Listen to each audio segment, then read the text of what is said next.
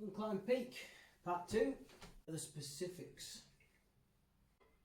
Yeah. So this one is about the specific list. Previously, in my poorly microphone video, I outlined that I was going to climb an unclimbed peak. This is about specific list. What I need to nail, what I need to research. I've whittled it down to 11 components. In this channel as a whole, we'll cover all 11. Think of each like a micro series, if you will, sort of a breakdown of each step.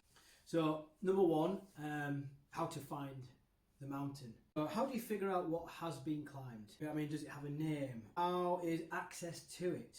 What country is it in? It's tricky. It's a bit like saying, think of something you've never thought of before. Figure out which exact hill or mountain hasn't been climbed.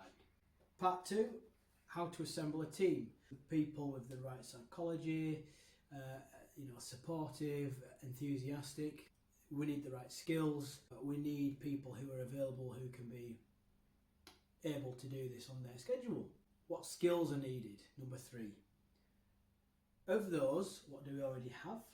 What do we need to work on, to get to terms with, to figure out what we need to do? So how do we get from being decent hill walkers to mountaineer that could cover what we've selected? And also, what do people in the outdoors generally need? People going out, people doing hikes and walks, what really should they have already? It'd be nice to tie in with a bit of our ambitions, just some good skills that anyone can take away from these videos. Number 4, what equipment do we require? This is a big one, clothes, hardware, crampons, ice picks, what will we need? 5, what food and nutrition will we need? Common mistakes, things we need to eat. We keep on top of our calorie intake, do we eat enough? Tricks and tips of cooking and all that sort of stuff while you're out on the hill. Number 6, budgeting. The thing that most people think puts them off from maybe doing mountains. How do you afford and what money do you need to do an unclimbed peak? Proper old-fashioned adventurer. In the old days, people would have been horrendously wealthy to be able to go out on these trips. It can be done, I think, today on a budget, so we'll go into that as well. Number 7, weather and seasons. So we're going to look for places with stable weather patterns and how that affects our climb, our walk, our ascent, and our equipment and all the other things that go along with that. How to look at the weather forecast in a way that will help us on climb day or climb days. And how we pick the best window for the actual ascent to the summit. Number 8 will be an overseas practice or mountain expedition.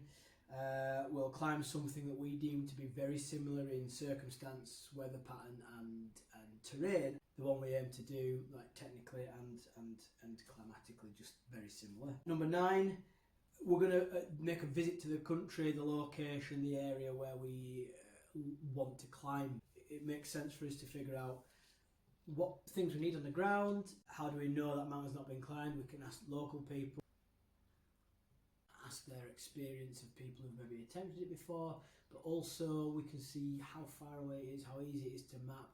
Number 10 is the last showdown. Final route plan is getting all those photographs, all the research we've done, making sure we're on track with our health and fitness, schedule of the whole routine, sort of final equipment weighing, can we get some sponsors? It's just basically tying all the loose ends together, making them all come together, plotting out the route, like flight tickets and things if we need flights. Number 11 is to climb the thing, like just to go up on it and have a go. It's not necessarily about actually climbing it. I mean, it is. This is what the entire series is about, climbing an unclimbed mountain. It's more important to see what we can learn along the way and what we can do to help other people climb responsibly and safely. Join me next time. We'll get into some of the things that we need to consider. You pick a mountain, the country we need to think of, why it perhaps hasn't been climbed before. So press on like, comment, and see you next time. Cheers.